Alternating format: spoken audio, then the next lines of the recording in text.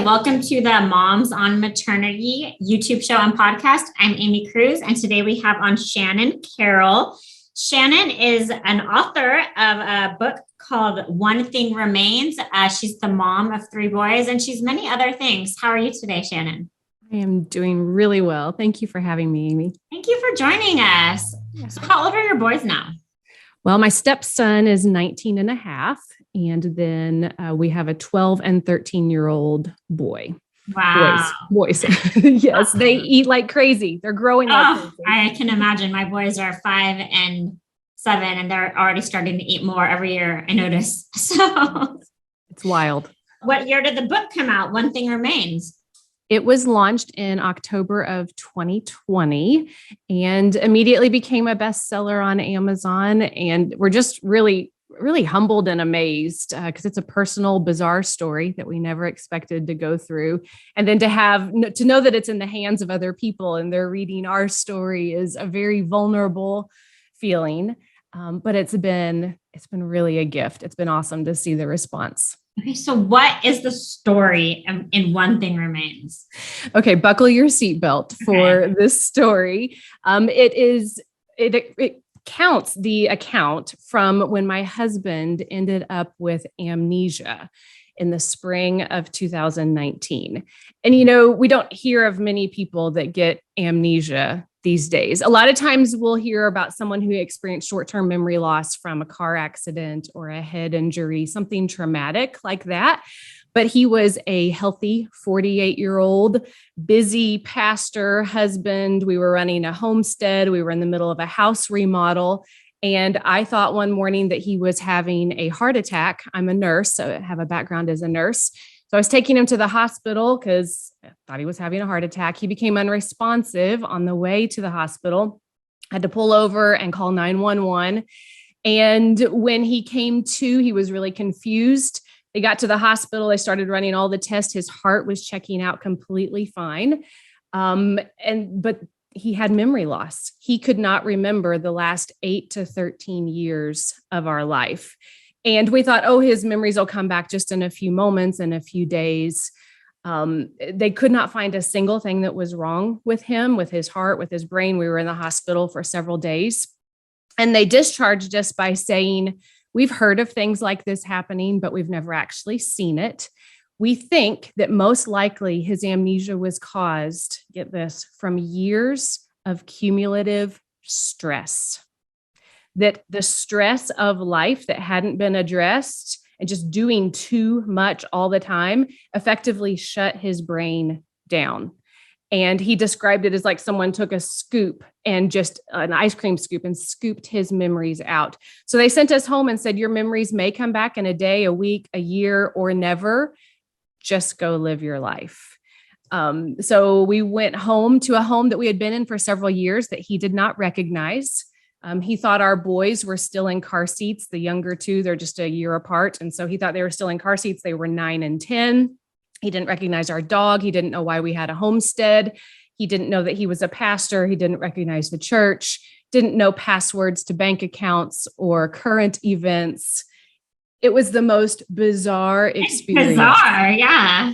It's almost like, we've heard of movies and time warp movies. So it's like he went to sleep in 2009 and woke up in 2019.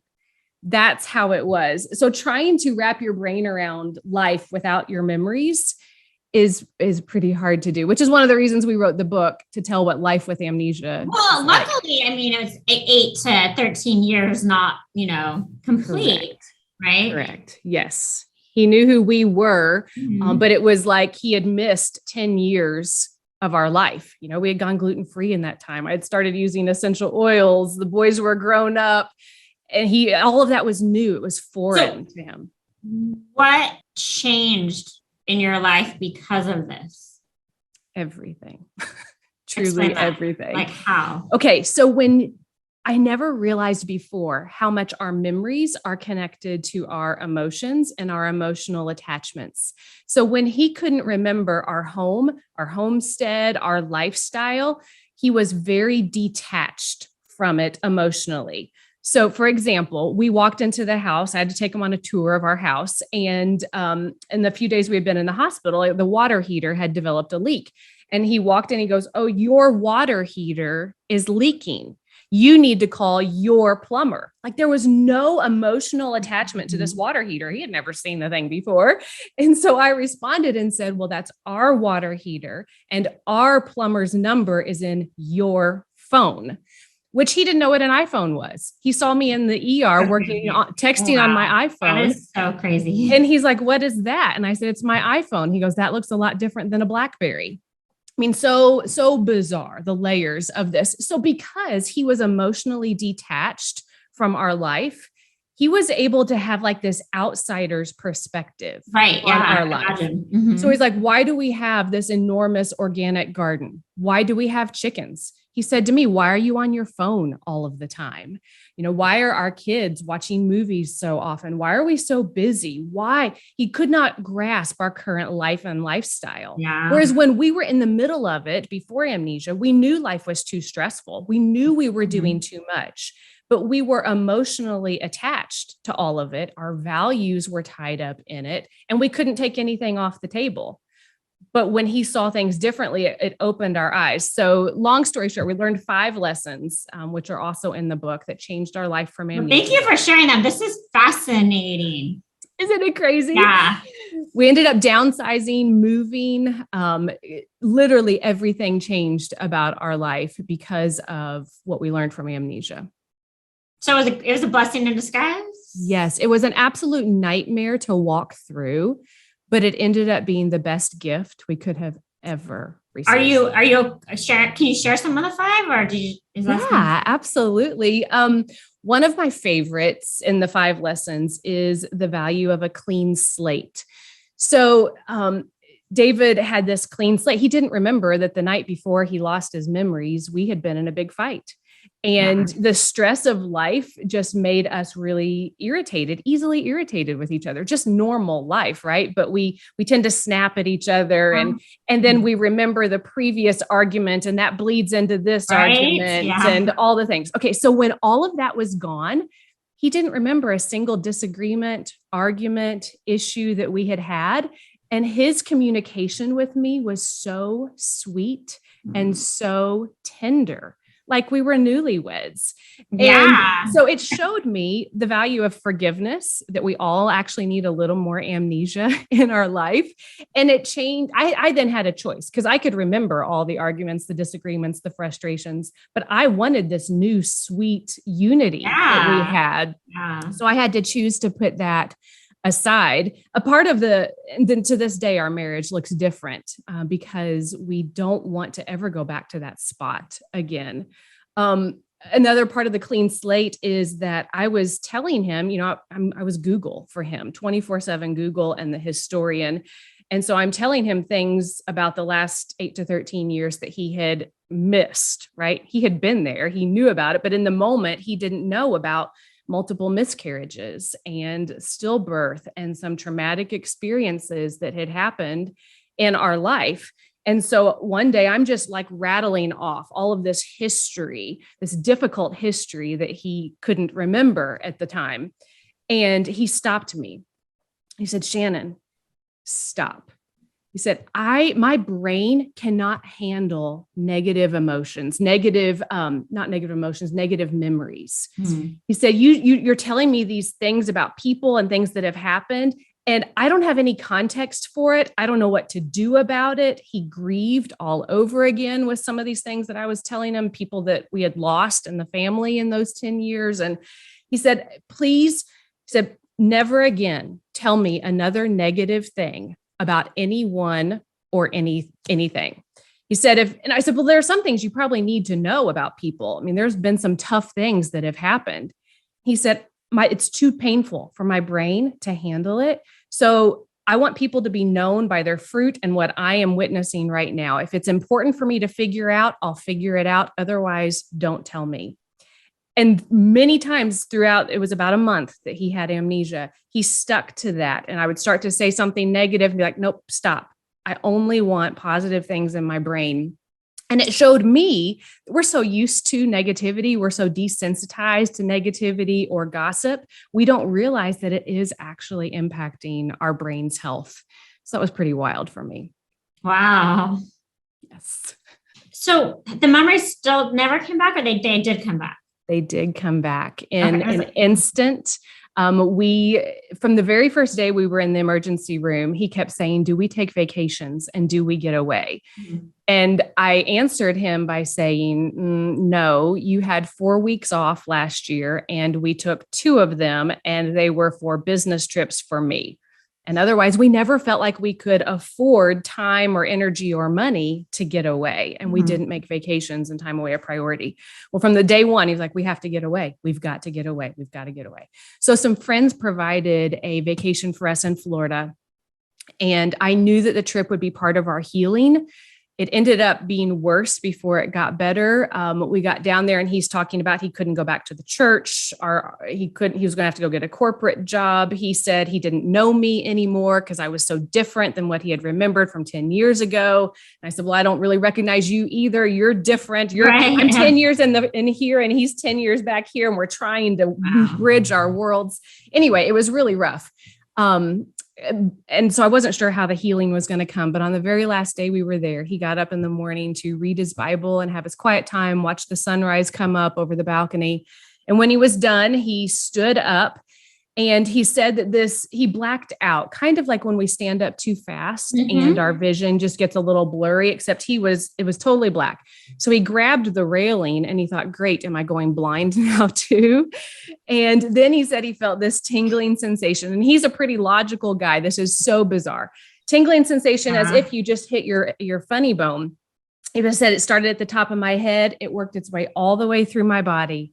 When it came out my feet, my eyes opened, I could see, and he was thinking about the church and church life, which had been something that had been completely erased from his memories. He ran into the bedroom where I was scrolling Facebook and he goes, I think my memories are back. Oh, and I said, are you kidding me?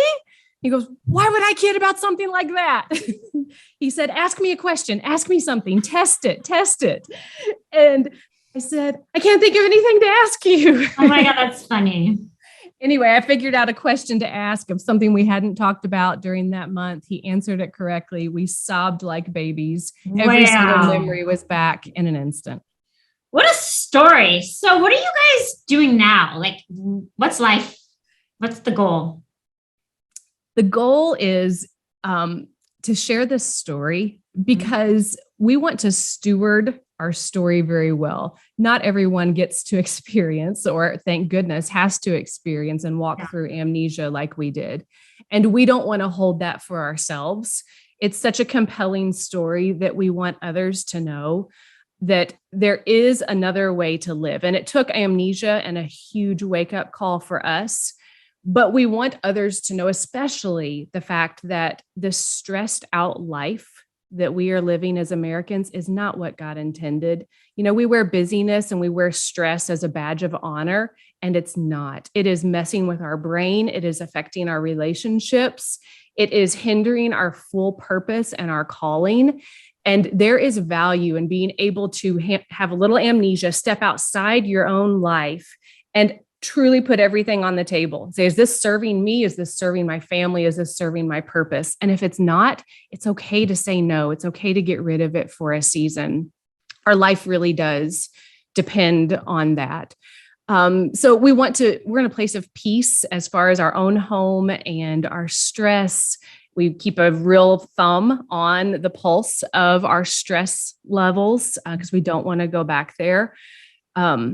But we want to live in peace, and we want to share this message with others that there's another way to live. What is the action others can take? Really? We walk through a lot of those action steps in the book. And the book again is called One Thing Remains. One Thing Remains, because there is one thing that he did not forget in the middle of all of this. So we titled it One Thing Remains. But there's a chapter in there about brain health and how to take care of our brain, and a chapter called Putting It All on the Table. And we walk through baby steps of how to get the same results we did without losing your own mind in the process. That's cool. Because what is the definition of stress, really? That's a really good question. What would the definition of stress be? Anything that interrupts our peace. And some stress is good. We need some fight or flight, right? For no pressure, no diamonds. But I'm out of the hustle mode. Yeah. As I'm a recovering hustle addict, as an entrepreneur and in the network marketing industry, I've always worn that title of boss babe and hustle mom. And that's not the life that I want anymore. It's not worth it. I thought I was losing my husband on the side of the road that first day. And in that moment, everything shifted. And I realized the things that I thought were so important, they really aren't. What did you think was important? What I thought was important at the time was this homesteading life. I don't think I'm not a farmer. What is a homestead? So we had chickens, we had a big organic garden, an orchard, a pond. Our goal was to be self-sufficient and self-sustaining on our own land. So it was like a hobby for us. And we were sharing that story with the world. I had named my Instagram Carroll Family Homestead, and our value was wrapped up in this major project on our land. Okay, this is fascinating. So that was something that you loved at the time and now it became unimportant to you later? Yeah. Weird. That's so weird. So now you have no homestead. You go to the grocery store, you buy food at the grocery store. I have 2 raised bed gardens on my little postage stamp yard. That's good. And some container gardens. We just planted a couple fruit trees. But it used to take my husband 5 hours to mow our land. And now he and the boys can get it done in 30 minutes. So that frees up time and space and energy to do what does matter. And for us, what really does matter is rest. Sleep is more important to us now than ever before. I learned how much we need sleep. Our brain depends on it. We have to have that reset. I used to get mad at him for taking naps and felt like he was just a lazy bum. And I now, when he says his brain's tired and he needs to sleep, I'm like, go for it. I even turn over my to-do list to get more sleep. Family, eating nutritious meals at home, spending time with friends. Those are the things that are important to us. That's cool. What a good story. And, I think it takes a lot of vulnerability just to even share, this was who I was. I was this person and now I'm not that person anymore. Because what you just outlined is what used to be important to you, this self-sustaining landstead, is probably still important to other people. And that maybe is not stressful to them. Right. Yes, exactly. So we have several friends who are into, the homesteading world. That's great as long as you can keep it in balance. What I found was we just kept adding more things to the plate. Nothing ever came off. And we just kept adding more, which is how so much of our culture works. And we realized there are seasons for things. There might be a season for a homestead and you've got to let the travel baseball team go during that season. There might be a season to get up early and exercise. Well, then you've got to let the nighttime Netflix go so you can get more sleep. We've got to constantly be evaluating. Really, really well said. Wow. Totally resonate with that. And I'm sure so many other women and moms completely resonate with that. Okay. So any final pieces of advice for moms with younger children, new babies, children, elementary school age children, specifically going through that phase of their life? Absolutely. As I've thought about this and I've thought about the audience that'll be listening today, the thing that just keeps coming to mind is don't be afraid to reevaluate. If you're feeling like you're in the pressure cooker and the valve is about to blow, that is a warning sign. Pay attention to the warning signs. And it's okay to spend time putting it all on paper, praying over it, and taking some things off the table. Your value, your identity is not in what we do. It's in who we are and whose we are.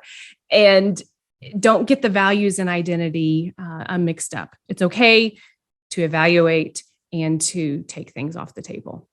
Another great piece of advice as we approach Mother's Day. Thank you so much. And are you on social media these days? I am. I'm on Instagram. So Shannon L. Carroll on Instagram. That's also my website, shannonlcarroll.com. And our book, One Thing Remains, it's on Amazon. Check it out. It's a beautiful cover. So it's a great, fascinating story. My husband and I both wrote it. So you get to hear both of our perspectives throughout it all. Is he still practicing at the church? He is. He went back to the church. Actually, I do want to ask one more question that has been on my mind. A lot of, and I could be wrong, but people I know with kids are not necessarily going to Sunday school as much as maybe our generation. Mm-hmm. Is that a trend, or am I wrong? Is that anything that we're seeing? Yes, it is definitely a trend across our country for sure. The church has lost its influence, and it used to be the center of our culture, and now it's just a side thing, and we have too many side things, so it gets pushed aside. Busy life, right? I can say that after this experience that we went through, even after COVID, it's not been the story of our church. Our church has grown and it's gotten stronger through all of it. And we saw, and that's one of the lessons, one of the 5 lessons, is that community is a gift from God. And our church community carried us. When David didn't know who they were, he had baptized them, he had helped marry them, he had done funerals for their family members, but he had no idea who they were. They still carried us and our family and loved us in a way that was very healing. And so the church, we think, is a very valuable part of our society. Awesome.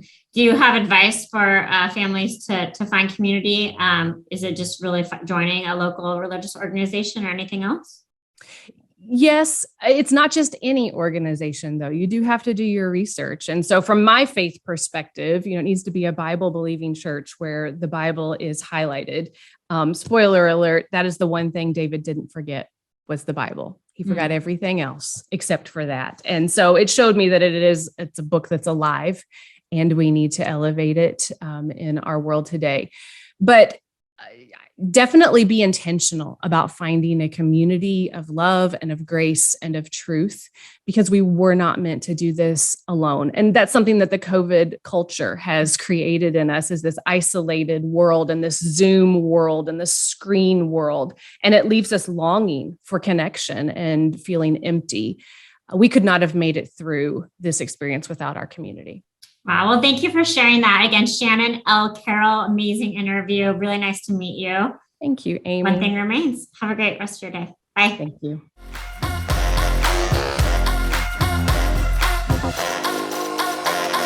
Thanks for watching. For more, please visit www.monsoonmaternity.com.